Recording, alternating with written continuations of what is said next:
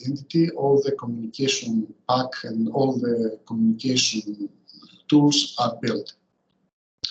Now, in regard of the website, the overall experience is that we have reached the construction of a website which is visually enjoyable. It is easy to explore and constantly gets more and more content and further functionalities. The newsletter has a history of 5-6 months. There were a lot of discussions in regard of its development. What we succeed so far is that we have a frequent tool at hand. We agreed to develop light content in order to avoid heavy documents to be communicated. It is indeed a colorful issue every time, and indeed there is freedom to select content according to particular needs, according to the different interests of the readers. As far as social media is concerned, social media are in place from the beginning. They are operational on the Facebook, Twitter, and LinkedIn platform. They are modernly used and they are supported visually with the proper content. Currently, there is a lot of work on the YouTube channel of the agROBOfood, so there are more things to come in the following months in this respect.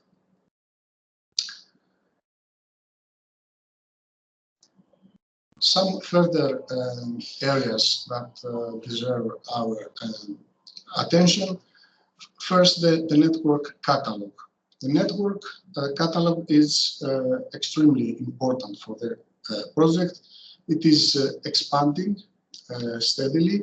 It is easy to explore. It is a simple tool, and it always is up to date. The same applies for the subscribers list, which is again important as the formal network of interest subscribers of the newsletter, subscribers of the feeding of news. It is indeed steadily growing, and if you take a good look, you realize that we have in front of us a very diverse community with people with different background, academics, industry, professionals, researchers, etc. Now, another core part of work regards the support to the DIHs. Here, from the very beginning, the content that was produced was consistent to the global brand of the project, and we managed to produce some unique sub-brands to cover the needs of each region. The tools and the whole pack that was provided is numerous. There is a lot of variety, and the most important is that the content and the whole pack of the tools is memorable. Finally, regarding the base camp, which is again another core tool for agROBOfood, it is very well structured. It facilitates internal communication very much, and there are still plans to enhance its usefulness. Now, before I continue, Dimitra will provide you the first challenge in order to be more interactive. So, Dimitra, you have the mic.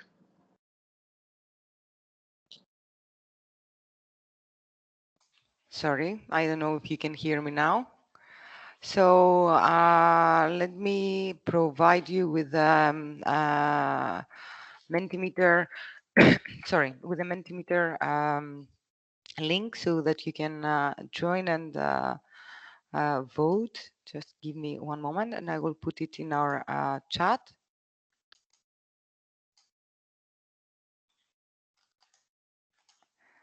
Okay. Let me share with you the link. So I don't know if you can see it. Not yet, probably. So here is the link. If you need a digit code to vote, you can use that one.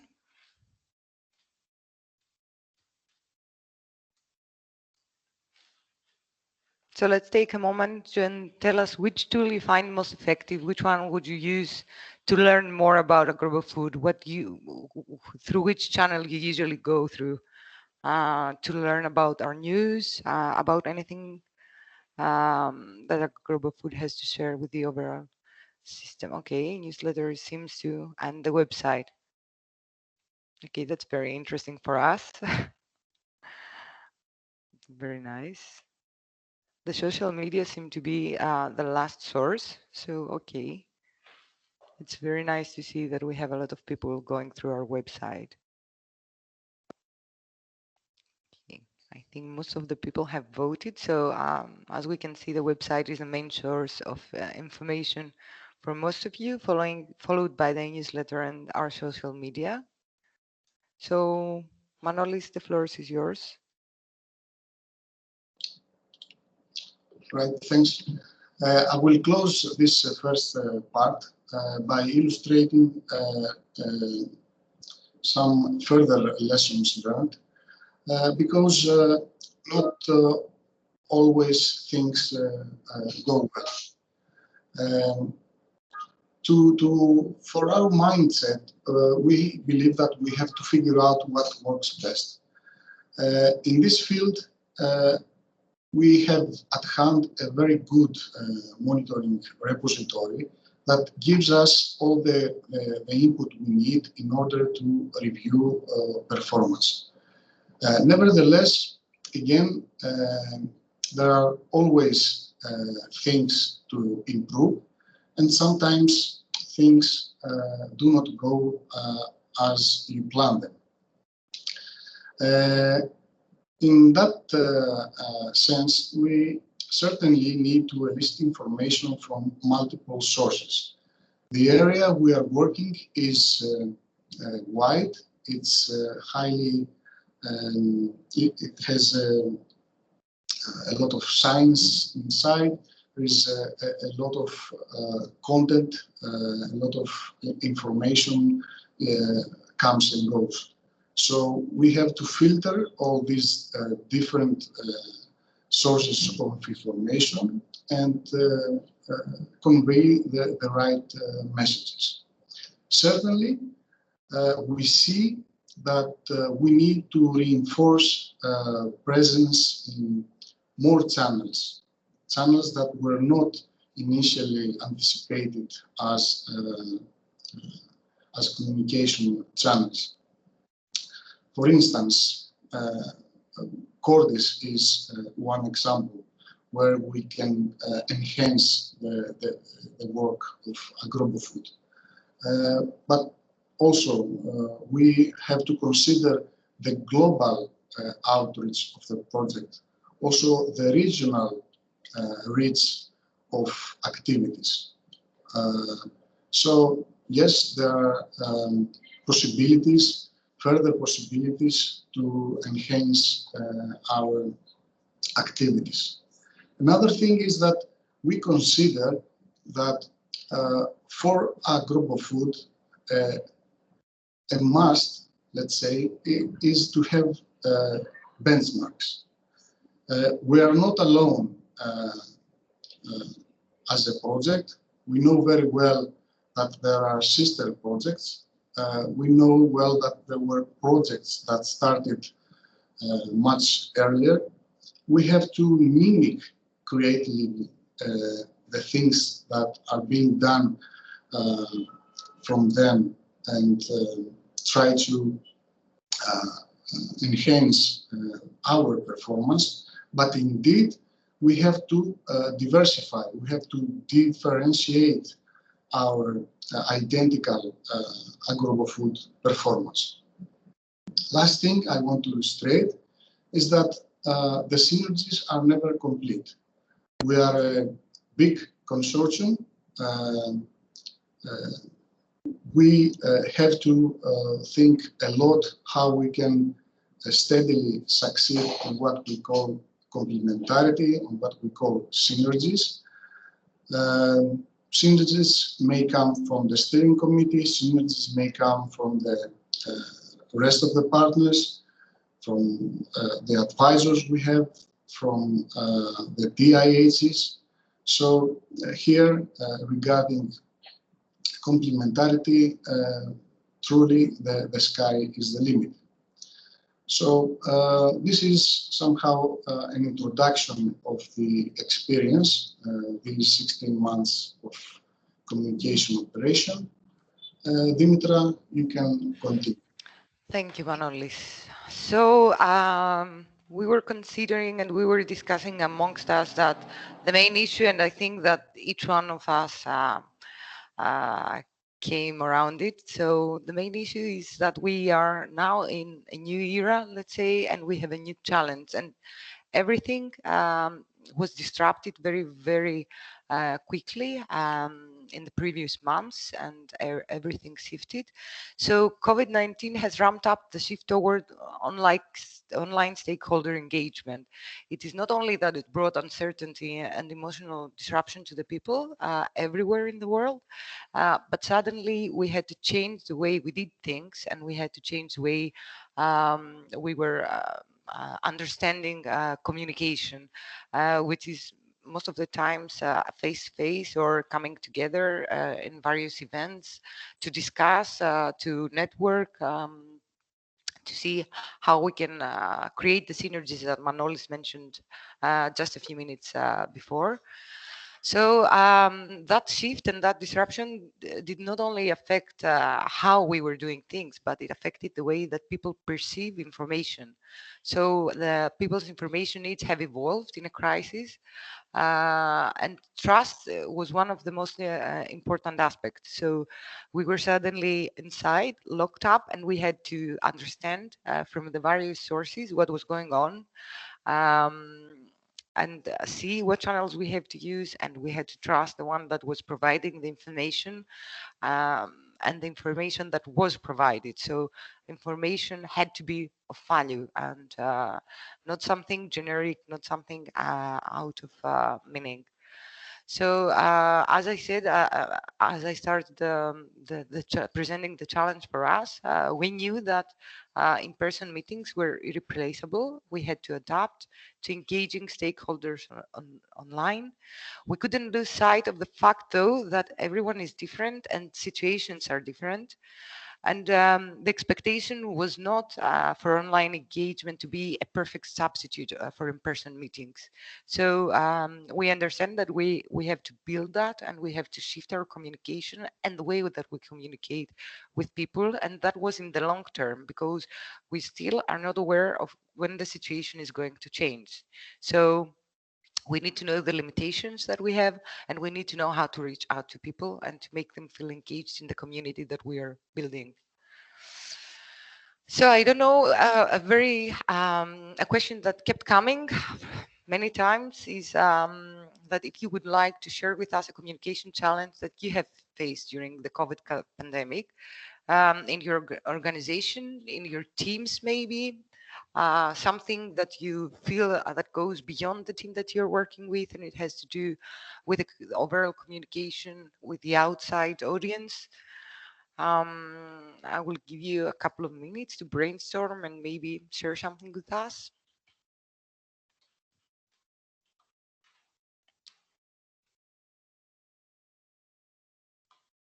If you have any questions also, that would be a great moment to share with us. and to discuss maybe what you have seen up until now. I won't stay a lot in that slide. You can maybe share with us a little bit later on.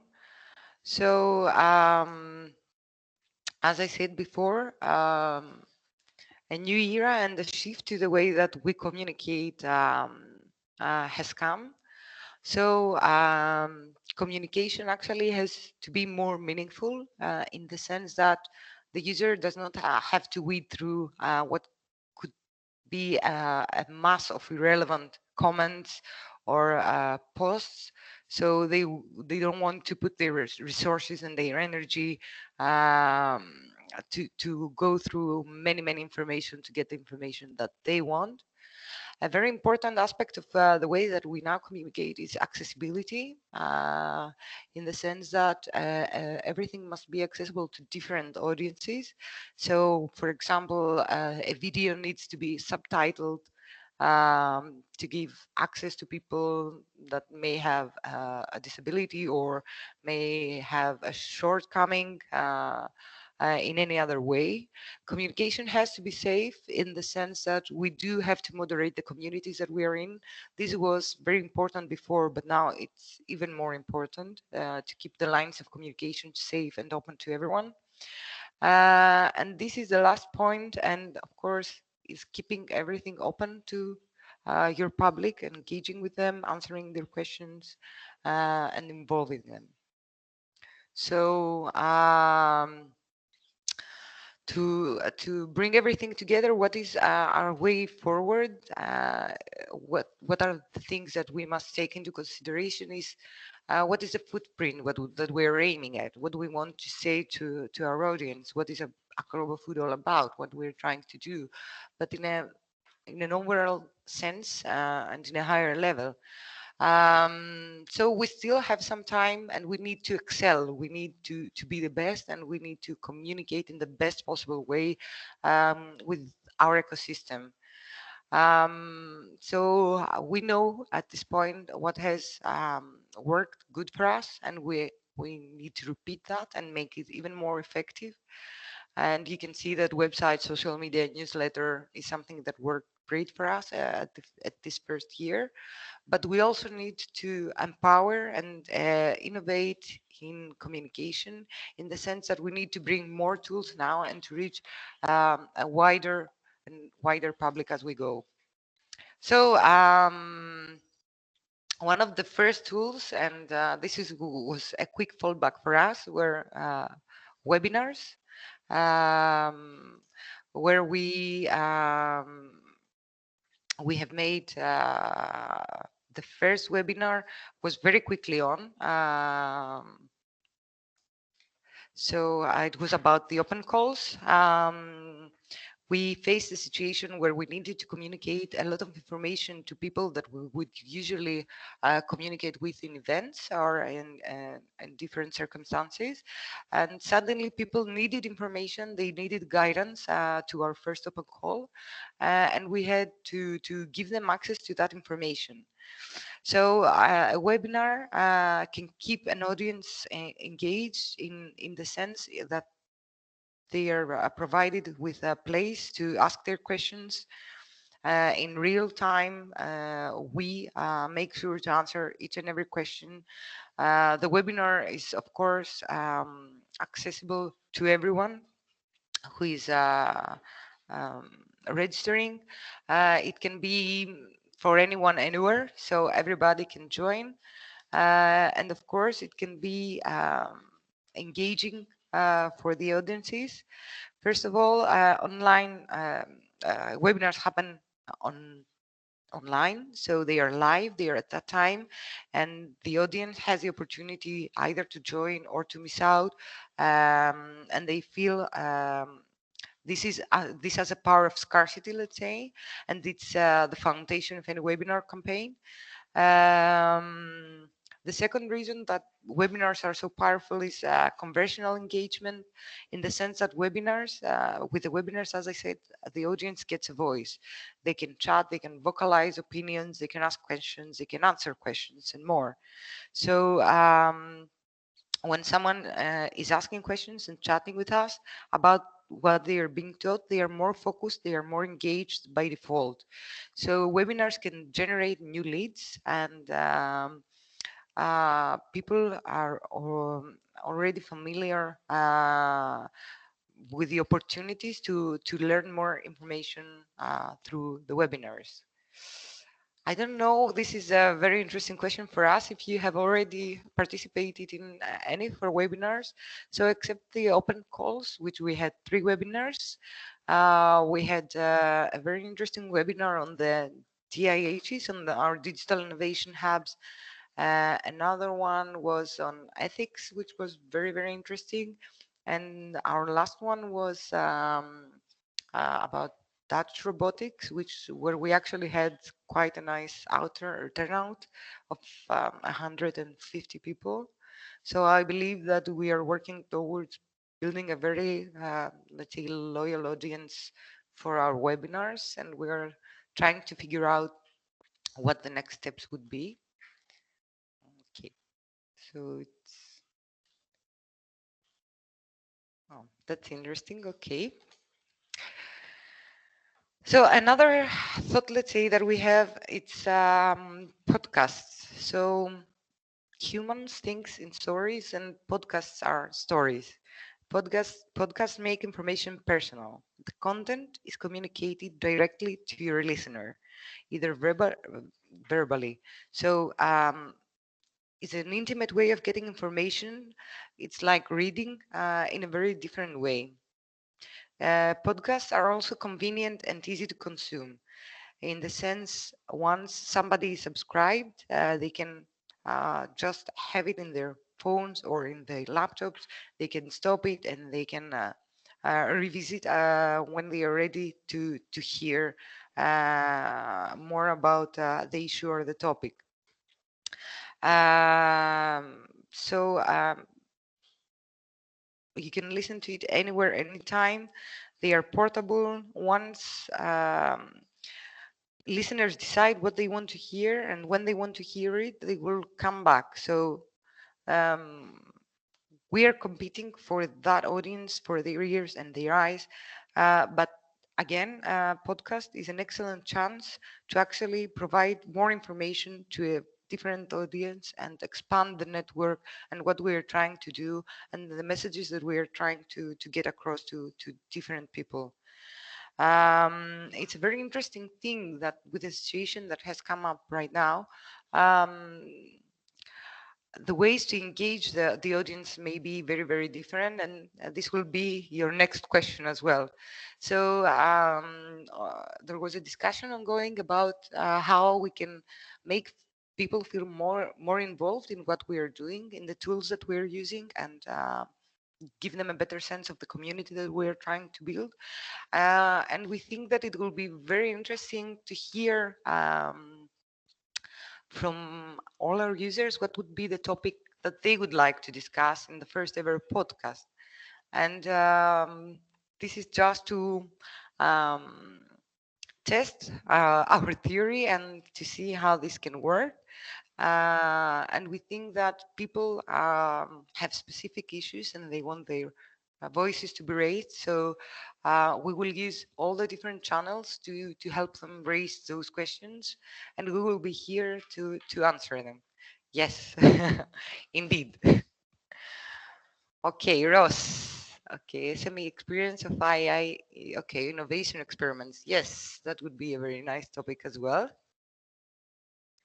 Short testimonials, I'm guessing that these short testimonials could be both from our open calls, from the winners of the open calls. It could be from the innovation experiments as well. So, okay, there are various things.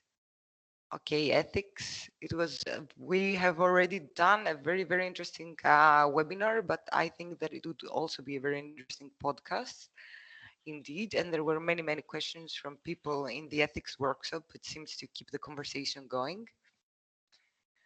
Okay, discuss the key functions in agri-food that should be robotized, autonomy of already mechanized tasks, complex handling, okay, so a more technical, let's say, discussion, development of robots.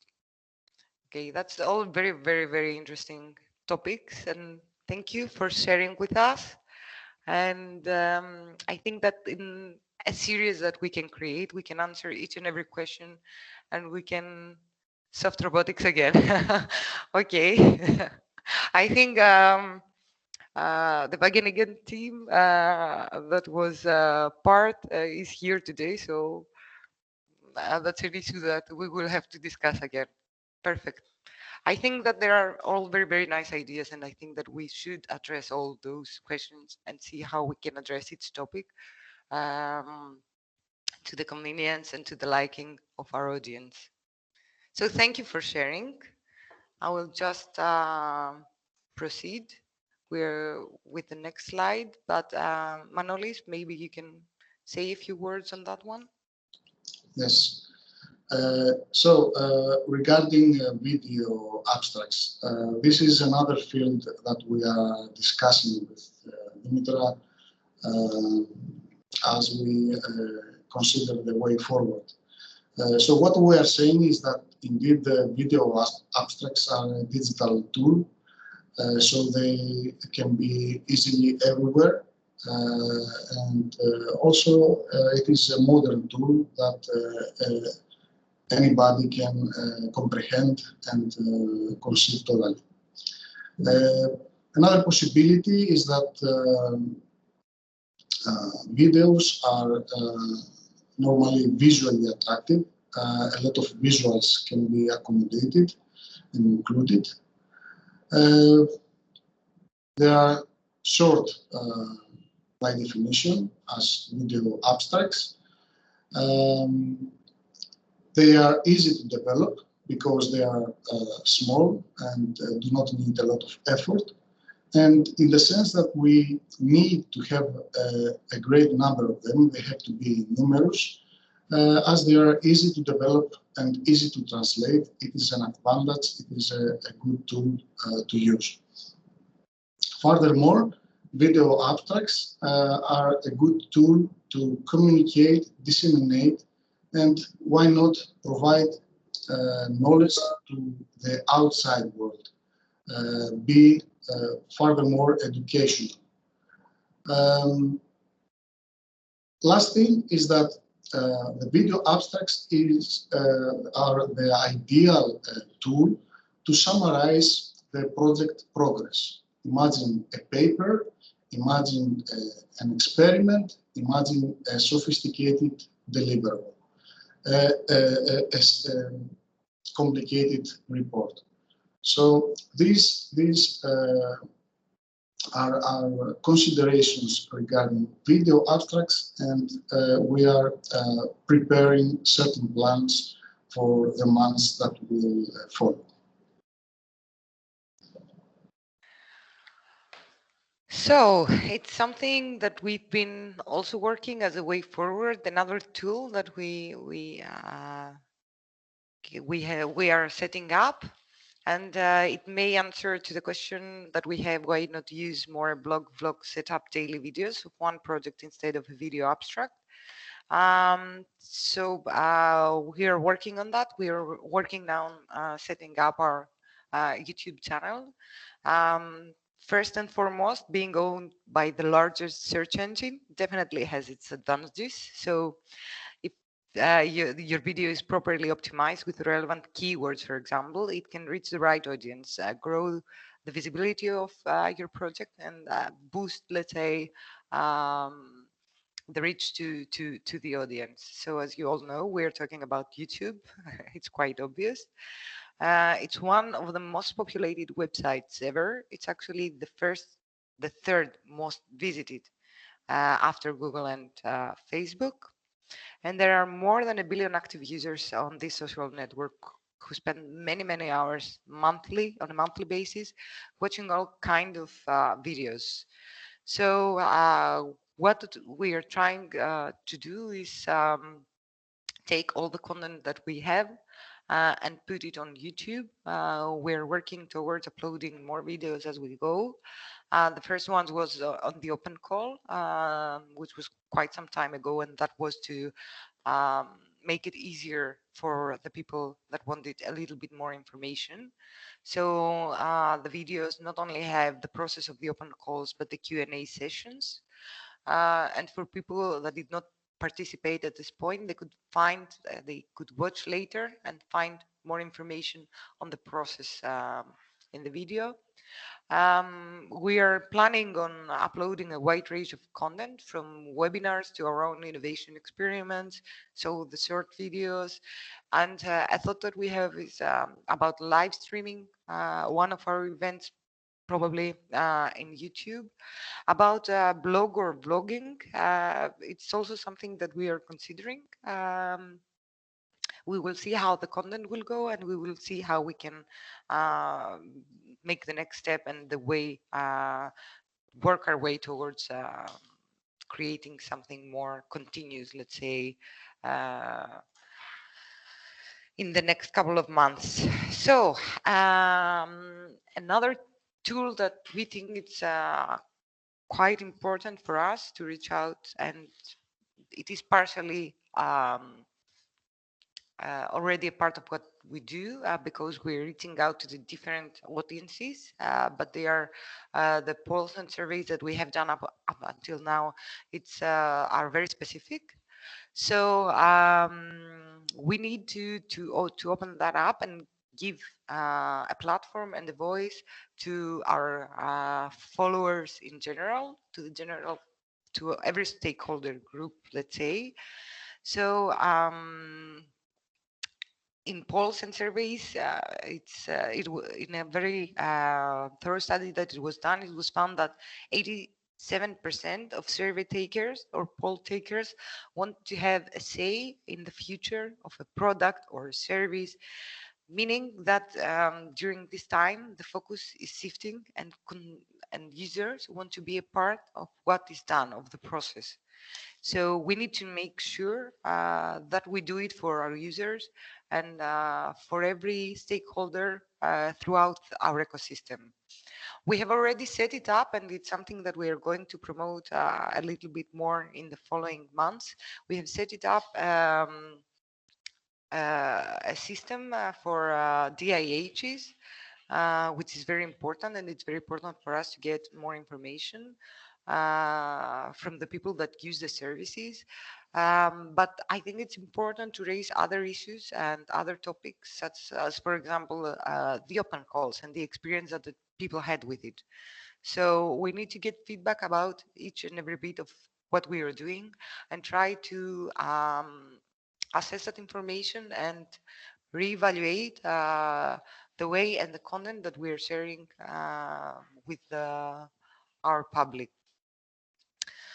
So I have, I think, it's the last one, and the question here is, which channel would you choose? I mean, we have discussed about the tools and the various tools, and we need to see how the audience is shaping and what would be the one to take first priority, maybe. Of course, you can choose more than one, but it would be interesting to see, okay, webinars and video abstracts seems to be getting most of the votes, but there is still some time to see which one will take lead over the other ones. Okay.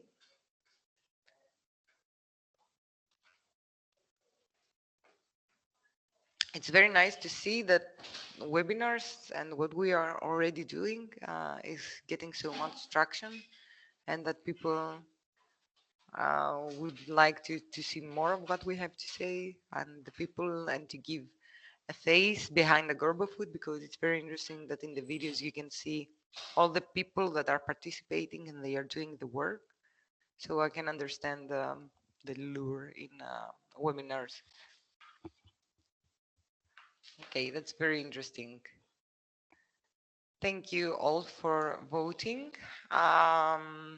just a few words to close this session and to proceed with training.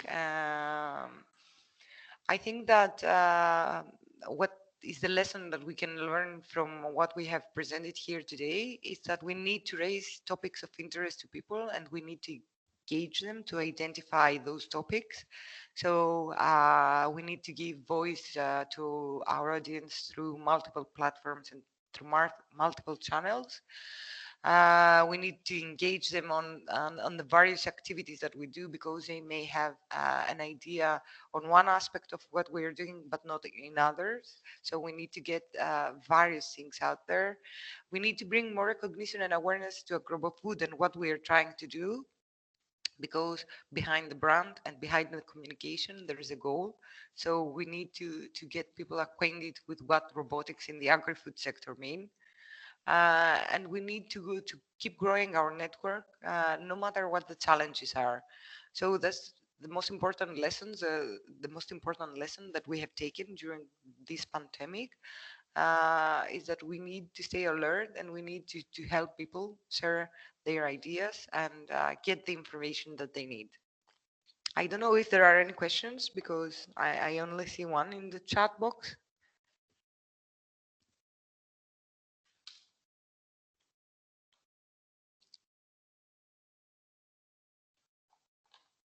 Okay. I think that we can maybe start with the presentation for training.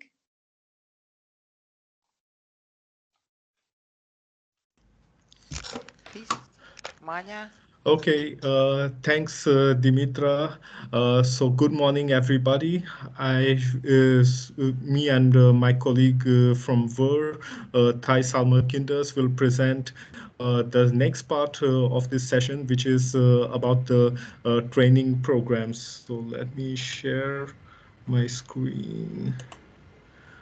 Okay. Do you see? Do you see the slides? Yes. Okay.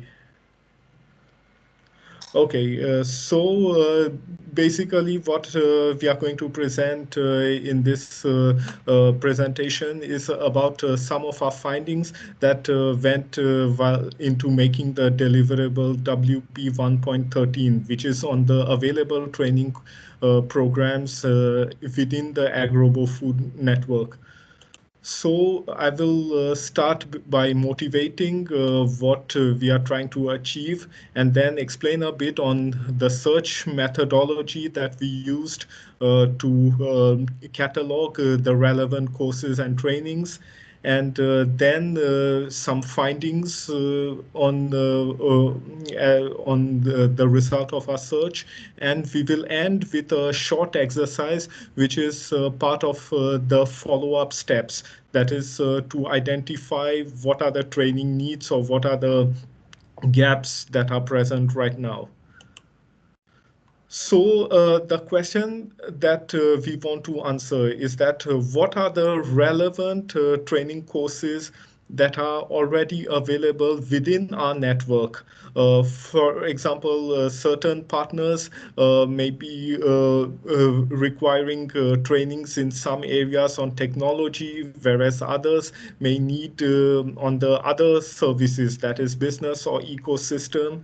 But then there's also other questions, such as what is the specific topic, what is the type of the course, like who's the intended target audience.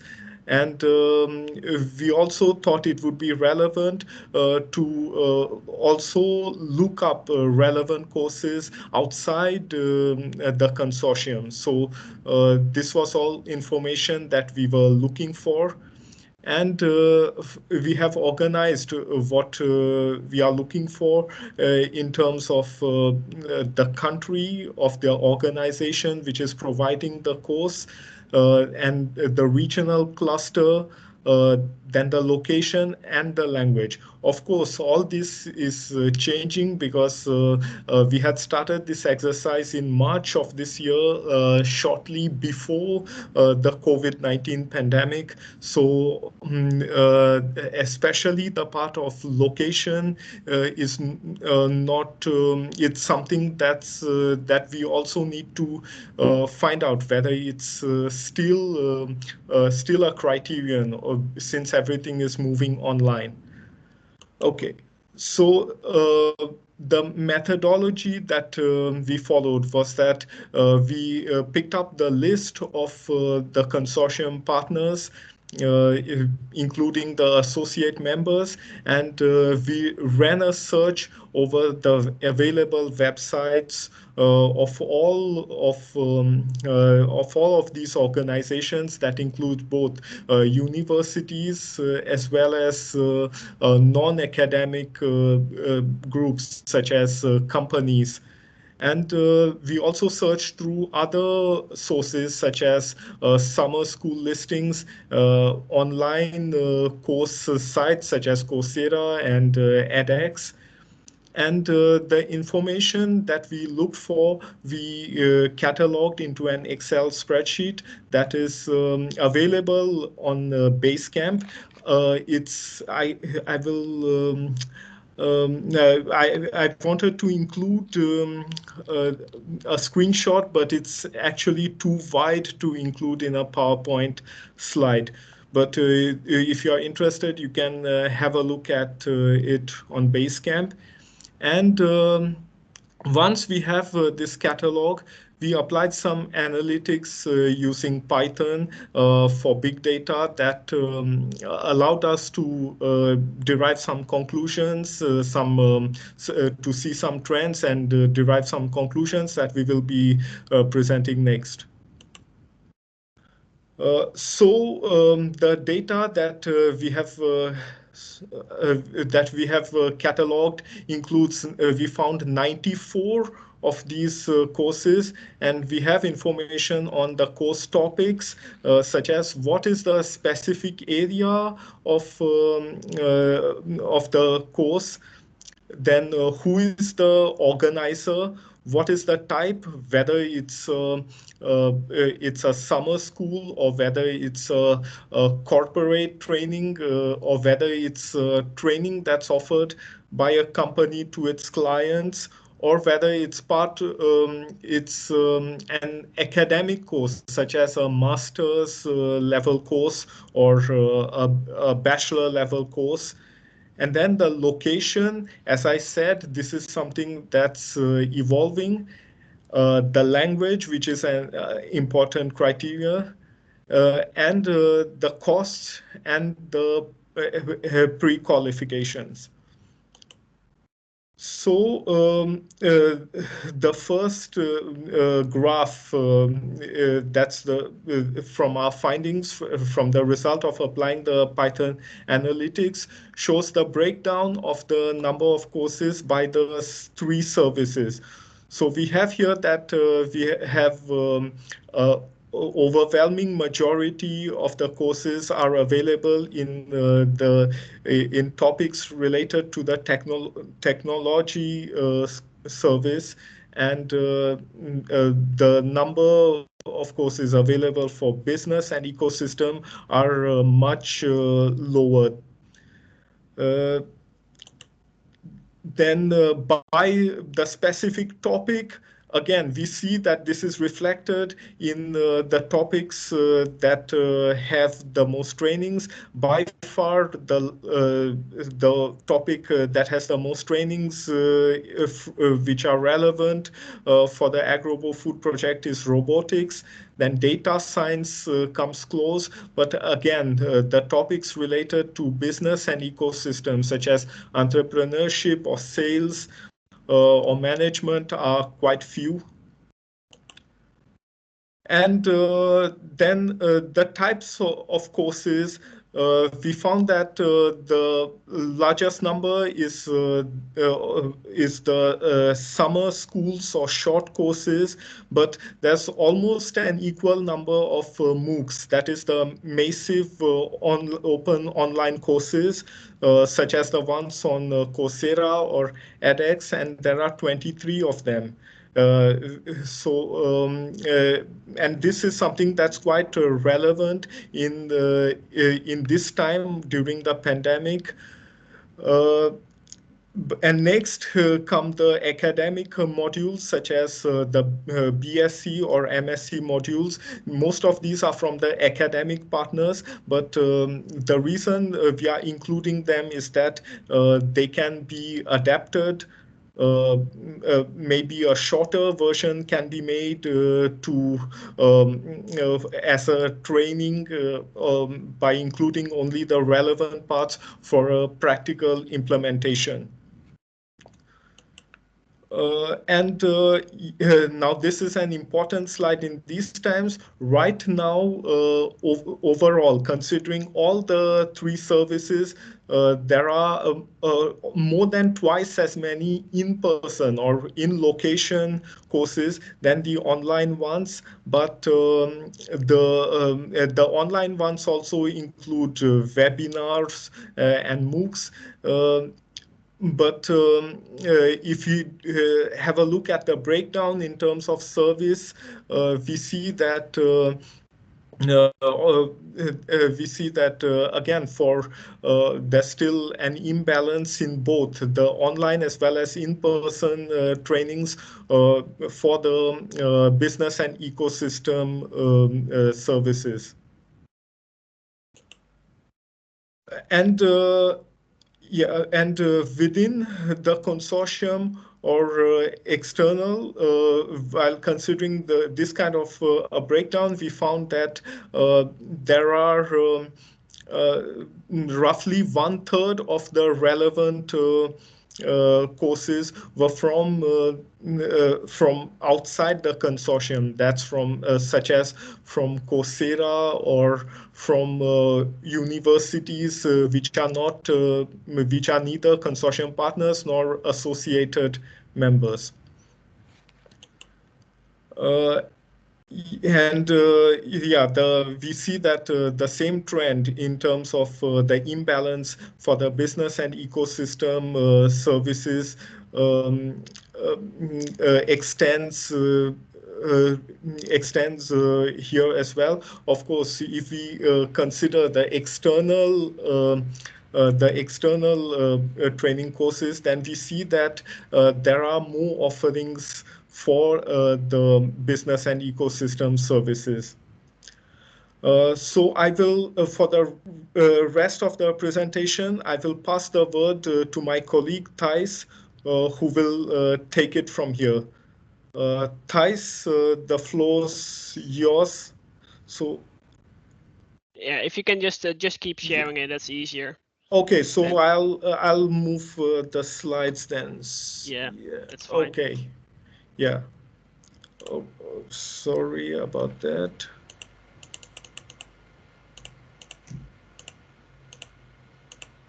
Yes. So what we see here is a graph where we look at it at the amount of courses or trainings which are offered by country within the consortium. And well, straight away you can see there's a slight imbalance between Spain and the Netherlands and the other countries who provide trainings. And it's these include both online and offline courses, so they are not split, and these include all kinds of different types of courses as well. Yeah. Okay. That's good. So when we do the same thing and include external courses as well, it doesn't really change much. You can see that some countries are added because they offer one but are not within the project. But there's still a imbalance between Spain and the Netherlands and the rest of the countries which offer a training or course program which are relevant to agROBOfood. And when we take a look at courses by cluster, which are the predefined clusters, which are shown, I believe, on the website as well. Here we can see that Northwest Europe and Iberia have the most trainings, whereas Central and Eastern Europe and France and Italy are falling behind in offering programs we could find on using online, the internet.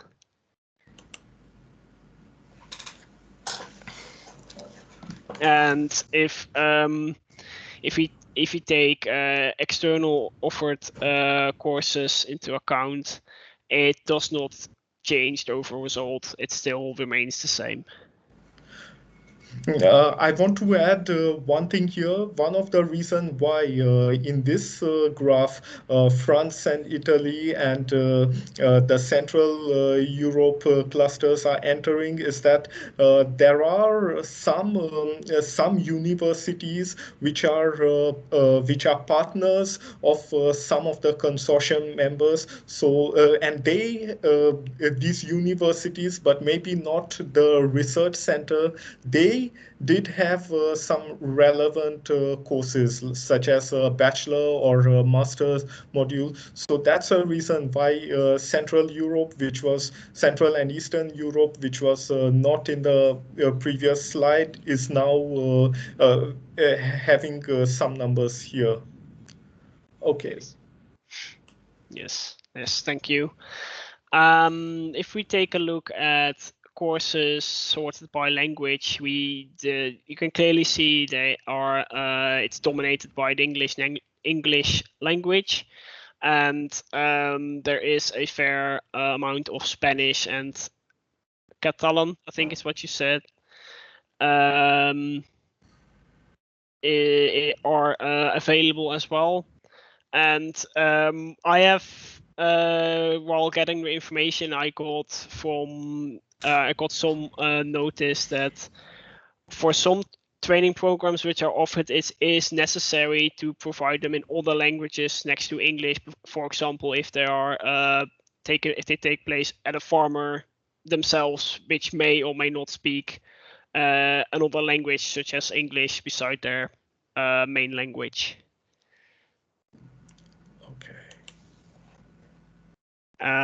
Right, so here it gets a bit more difficult and harder to display information because the costs for certain trainings was not always available.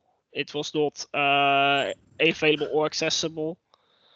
In this graph, you can see the cost for technology courses by course type, where we have divided them between continuous learning, MOOCs, master's modules, postgraduate diplomas, and short summer courses.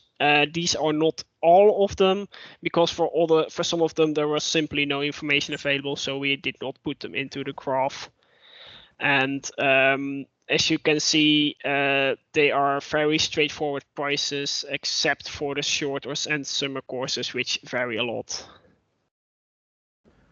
I want to add another thing. The red lines that you see there, they are the median values. So, for example, in the box for the short or summer schools, the 850 euros is the median value from the prices that were available. Yeah. So the trend is clearly that the MOOCs are the most cost-effective. Yes, and this trend basically carries on for the business service courses as well. And in the graph, you can see there are even less types available. And for ecosystem, no, it's fine. And for ecosystem too, we only have the short and summer courses. which also have high variation as well. So it's hard to gather information about costs for certain training courses. So a summary of our findings. For services, we've seen that there's an imbalance between technology ecosystems and businesses, or business services, which is respectively high, low, and low in comparison. There's a lack of certain topics, such as greenhouse farming and ocean-related topics, for example. There might obviously be more we did not find, or we did not know about, for example. There's an imbalance between countries and clusters, as we've seen. For language, it's a bit different. There is, for example, no real problem for people in the academic world, because they already use English next to their main language, if English is not their main language, of course.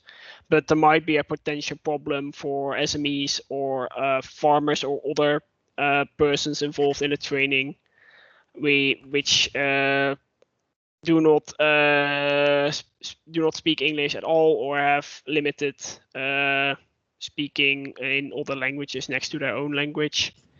And lastly, there's a large variability in costs, but also it's not always available or accessible to find any information on costs. So we have made some recommendations as well. The sort of more or less obvious recommendation is to push forward to provide more trainings to bridge the gap in regards to countries, languages, and topics, to cover more of the topics maybe in different languages, and also to distribute them equally between countries as far as possible. And external training courses can also be a solution. MOOCs in particular, as we've seen, because they do add a substantial amount of trainings. And a good starting point would be universities providing short or summer courses derived from their bachelor or master courses, for example, to provide a more practical application for certain topics. Also, online learning could be used to, especially with the whole pandemic still going on, it might be more interesting to focus more on that regard. And also, the gathered data can be used to help members of the network to mature their knowledge and processes, and learn more about each other, or more about other members involved in a project too. Okay, so that was all for the first part, for the findings of the training courses within the network. So if you have any questions, we can answer them now.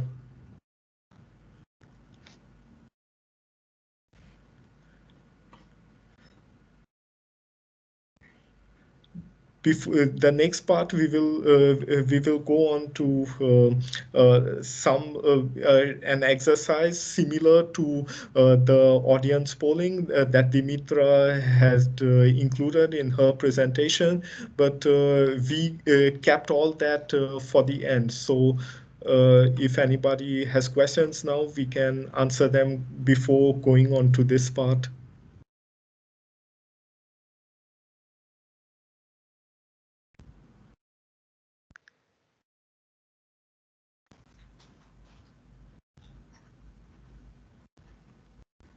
No questions.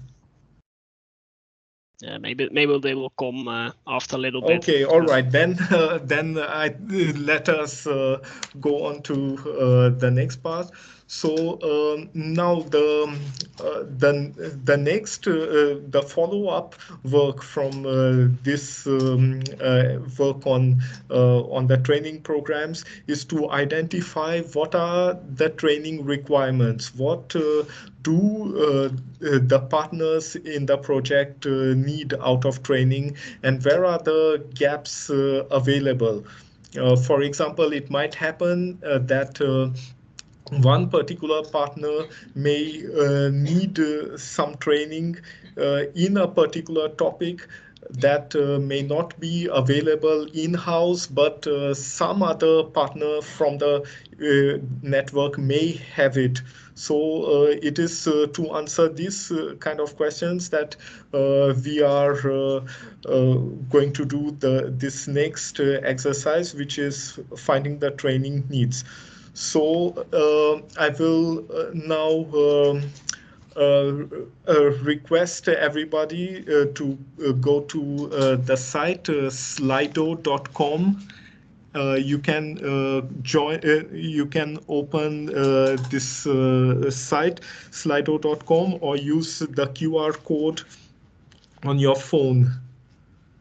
So yeah, and I will switch. I will switch to the window of the.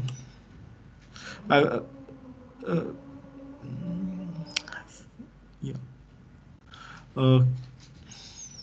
I think I will stop. Maybe Thijs, could you share the screen in the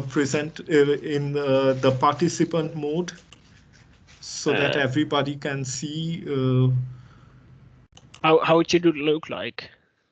If I okay. can find it. Or have you? See,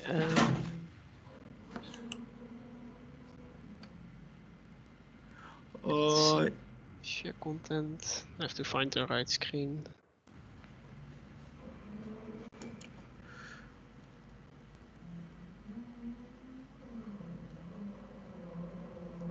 Okay, where did my teams go? Okay, great. Yes, this is what I wanted. So I will activate the remaining questions. So yes, we have. Okay, great. People have begun voting already. So yes, in this case, you can select just one answer. So if you offer a training, if your organization offers a training in one of these or more of them, please select the right option. If it's only one of the three services, or if it's a combination, or if there's none at all.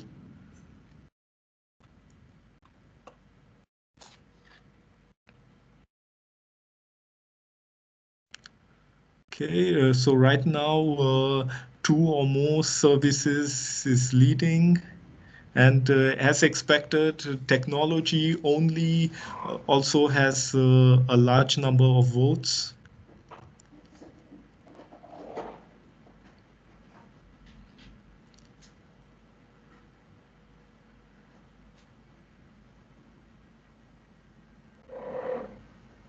Okay, so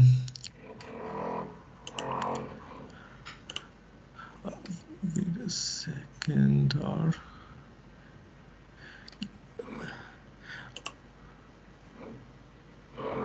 Can you? The results don't seem to be getting updated in real time. I will answer Case's question in the meantime. Yes. Case asks if the training overview will also appear on the website. We are currently looking into a way of presenting the training overview in a way that, for example, training providers can add their own training or courses, and with or without moderation, but that is still being looked at. And we are trying to basically work it out what the best way would be as soon as it is ready. if I said that correctly, Manja. Yes, yes, you did. And also we are currently working on making with Dimitra and Draxis to find a way to make the actual courses or all this information to be available in a user-friendly format. Okay, I'm sorry. It seems that only or maybe I'll share my screen. No, I I think think that would be better. if you do, I think this is what you see, right? This is what you mean. Yes, So, yeah. yes, exactly. Yeah, this is what I wanted. Okay, so shall we go to the next question then? Maybe wait. Yes. Okay. This is yeah. Now if you change the question, it changes on my screen too, and I can hide the results. Yeah. Or can we just leave them there? Okay. So now, on what specific topics does your organization currently provide trainings or courses? So if you can answer them by entering the text, and multiple answers are possible.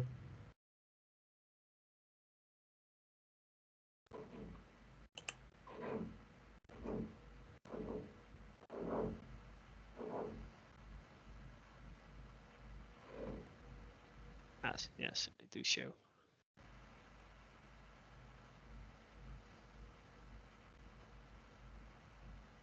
Yeah, so we've got robotics, we've got performance programming, deep learning, practical experience on robot systems, robot safety, greenhouse. Yes, there's a full AI line of training within the Wageningen University, Internet of Things networks, edge computing, AI again, machine vision, summer school. So it seems we have a lot of different trainings available too, including greenhouse, which we did not find online, which is interesting. Yeah, the IoT networks and edge computing especially. Yeah, the Glasshouse AI challenge. Yeah, that's a competition. Yeah, but I think it's also relevant to catalog.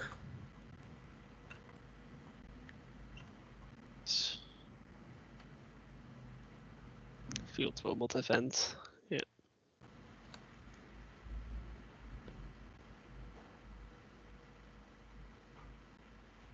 I'm just curious because it says 9 and last time we had 12, so maybe I don't know if it counts duplicate. No, answers. you can enter more than one answer for this. Yeah. Food industry, right? Logistics. Logistics. Lots of different answers. Yeah. Good to see. Yeah, there we have one gap right there because logistics, as far as I remember, was not in any of the courses that we cataloged. No, at least not from the ones that were in the catalog at the time. It's maybe useful to add is that we used a catalog which was available in March, and obviously it has changed a little bit during the time, and it has been updated as well. So any of the new entries in the projects were not included, which as far as I know will be later, because obviously the list will be updated at some point as well. Yes. Yes, I think we can go to the next question. Okay. So then, on what specific topics or areas does your organization in future plan to offer training courses? Which you don't offer right now, but in future you plan to. Or you would like to also. Yeah.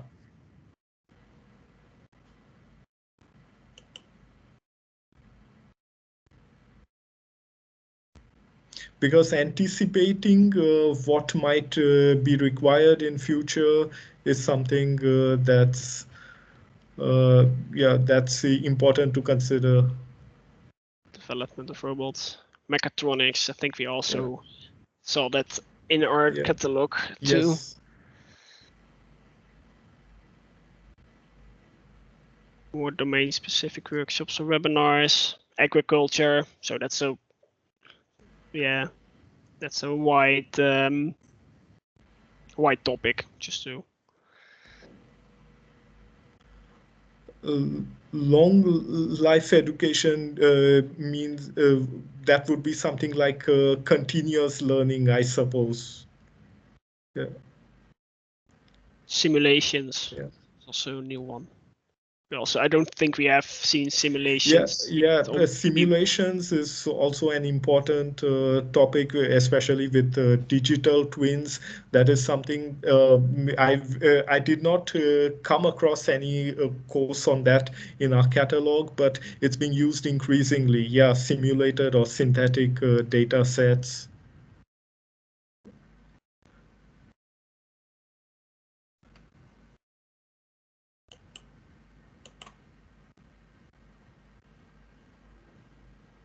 Yeah, there you go.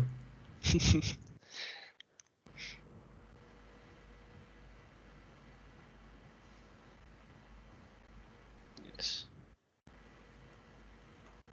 Once again, a wide variation of possible new trainings or courses. It's good. And what about in the service, in the business and ecosystem services? Since there were gaps with regards to these two, I'm curious if anybody's planning to offer trainings in these services in future. No? Okay. Domain.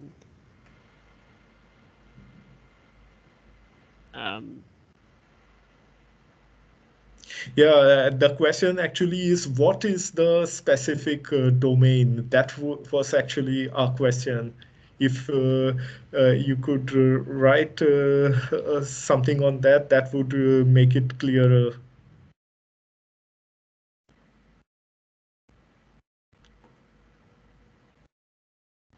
Okay, let us wait maybe half a minute more and then go to the next question. Yeah.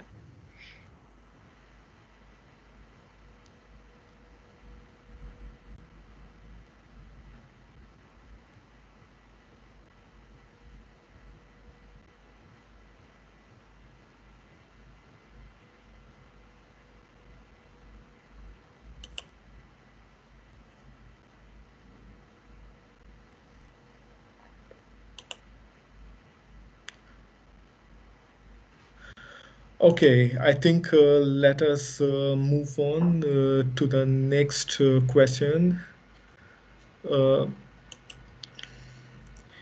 Yeah. So again, for the organizations which have training programs or courses, are these training courses available to anybody who registers, or are they only for your internal staff or students, or only for the clients who have availed of your product or service?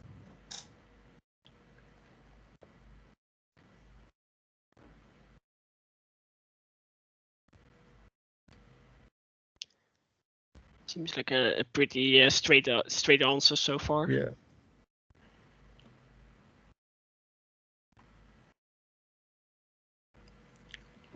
Good to know that so far the ones that all these, according to the answers, are accessible to the wide community.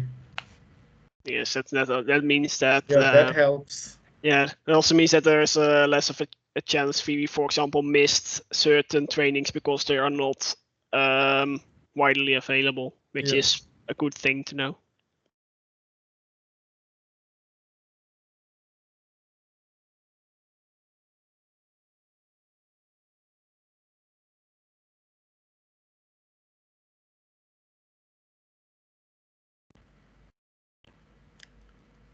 Okay, maybe let's wait for maybe 30 seconds more.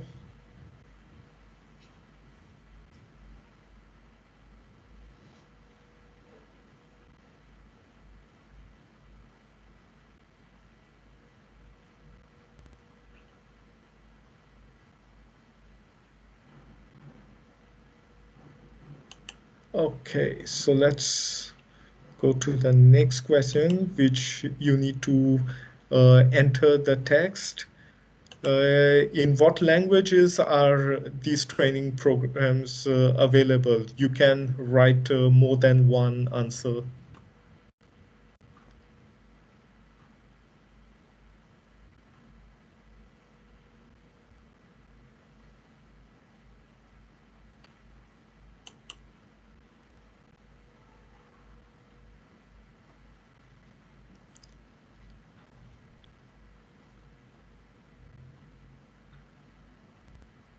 Nice. English, Dutch, German. Facilities in many countries, yes, obvious. Well, you can write the different languages. You can write more than one answer.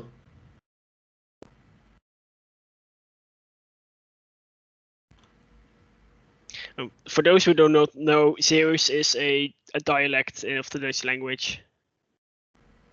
Just if people are curious.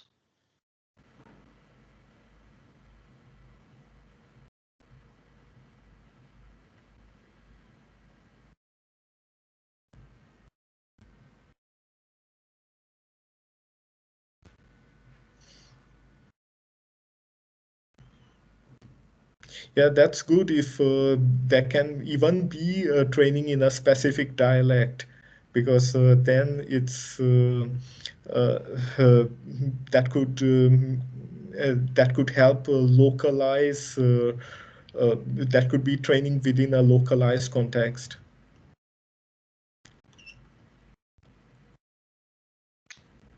Okay, maybe let's wait a few more seconds and go to the next question.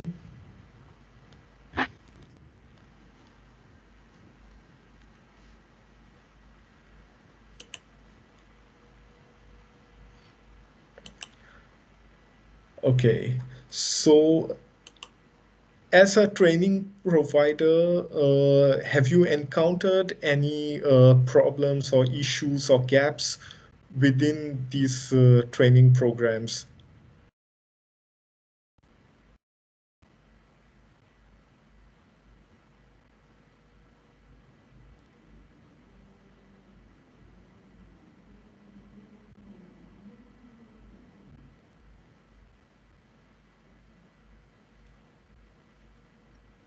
If you encountered none at all, you can also, that's also an answer. Yeah.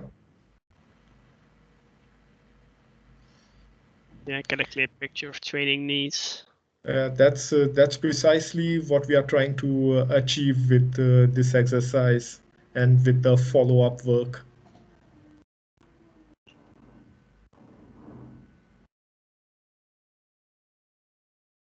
Yeah, extremely important detail that technology changes fast.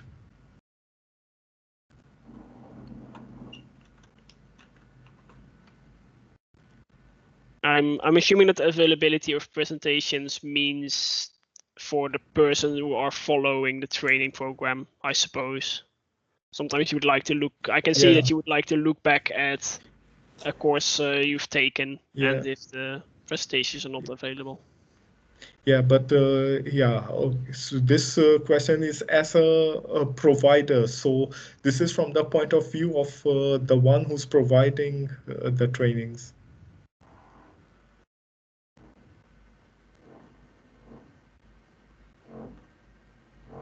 Yeah, Okay. users need training to, that 3 to 3 public funded more popular workshops. Yeah, I can see why that would be difficult.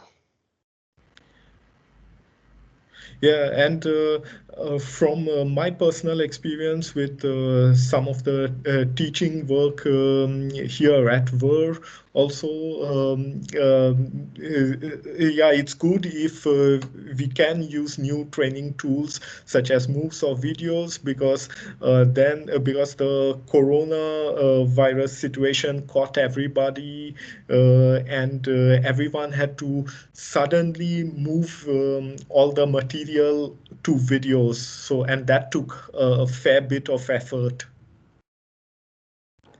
Yeah.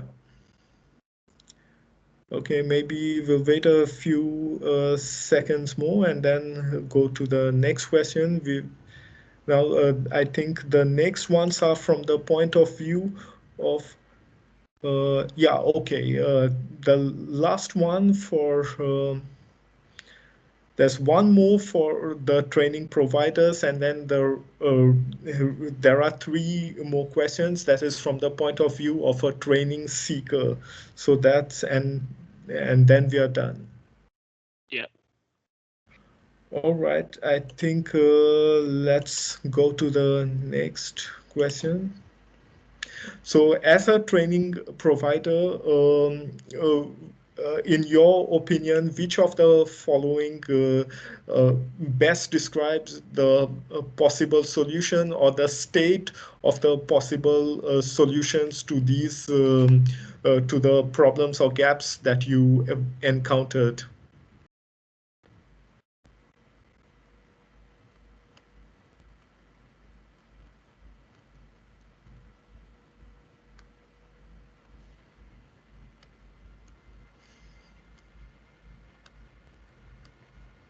Okay.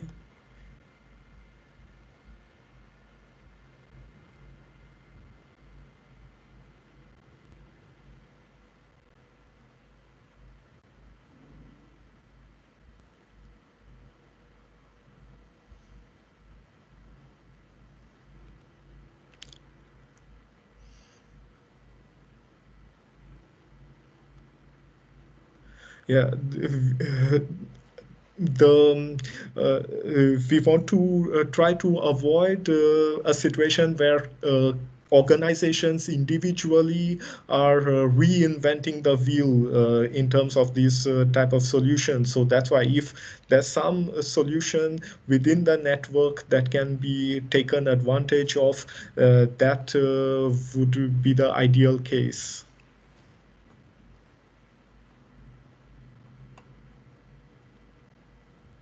Yeah, just pointing out, Manja, that we have 6 more minutes. Yes. Keep in Okay, mind. and so I think let's go to the next one. Yeah, there are just three more questions. So let's, and which are all from the point of view of organization that's seeking training. So as an organization that seeks training, in what topics do you currently require training, or in future anticipate that you will require training?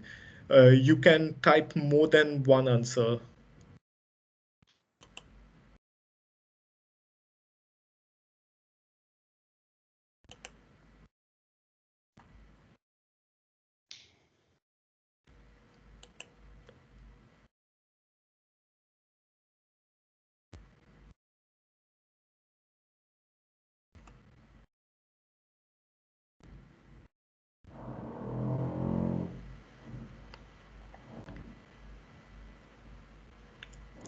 How to maintain an international network. So in the ecosystem service. Yeah, okay, good.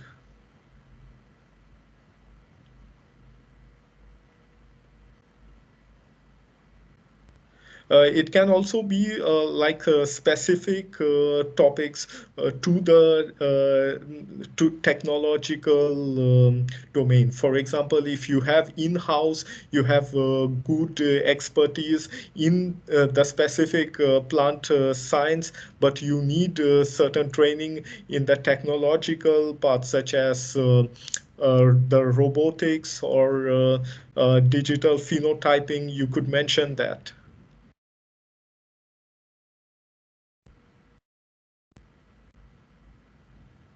Where and when to apply a specific business model. Okay.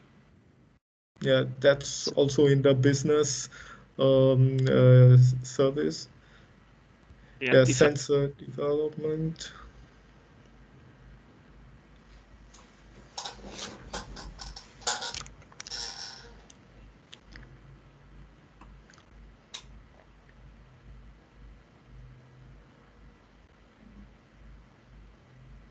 Yeah, might be one of more difficult questions.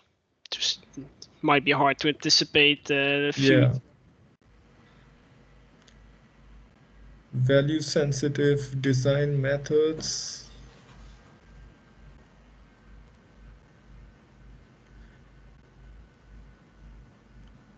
Okay, since this is one of the more important questions, let's wait half a minute more before we go to the next two.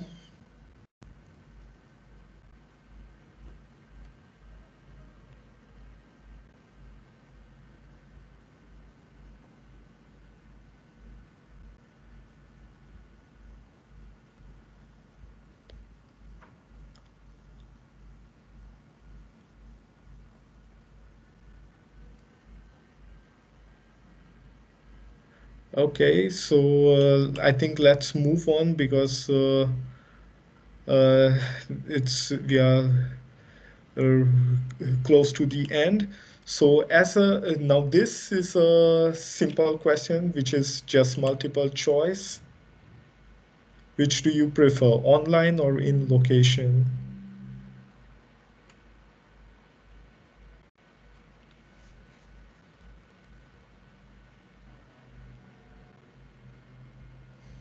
Yeah.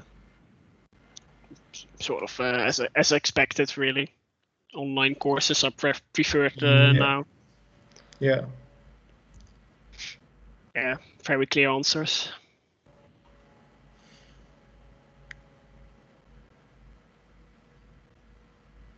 Okay, I think maybe let's wait for a few more seconds before going to the next one, to the last question. Yes, so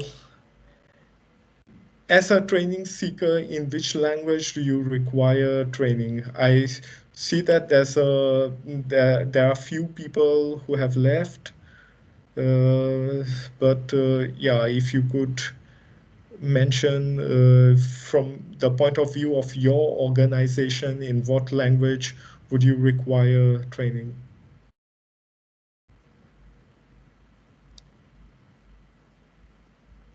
English or Dutch? English. Yeah, from our findings, English and then Spanish were the top two languages in which there are course offerings already.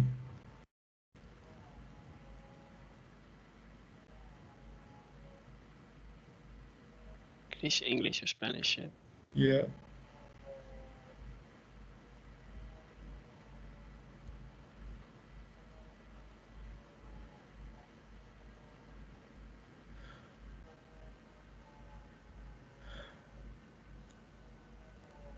Yeah, anyway, we've reached the time limit.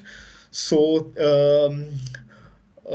thank you everybody who has answered our polls. And as part of the follow-up, we will be contacting again based on the catalog some of the course providers or seekers to find out specific training requirements. So. Is there any further question? Then you could send me an email or since we are at the end of the allotted time. Yes.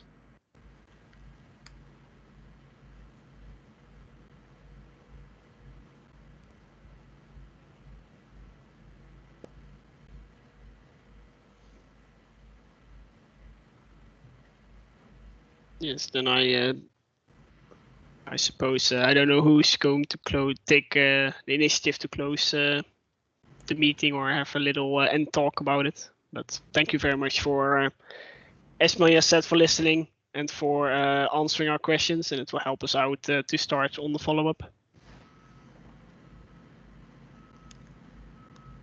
Yeah, thanks everybody. Kees Lockhurst over here for this morning session.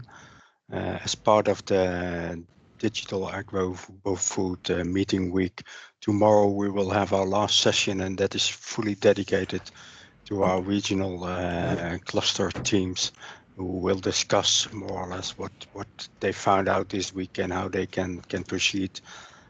So also training and communication strategy will be part of that discussion. And thanks everybody for joining.